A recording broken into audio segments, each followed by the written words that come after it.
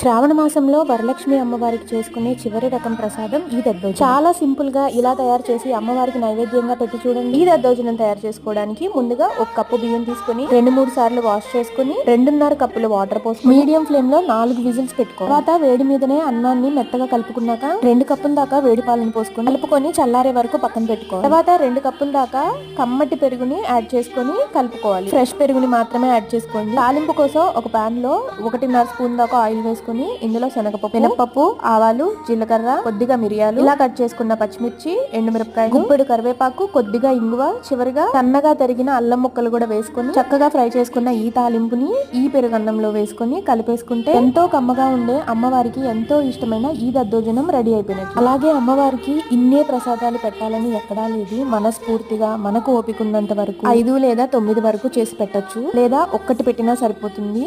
ముందుగా మీ అందరికీ వరలక్ష్మి వ్రతం శుభాకాంక్షలు.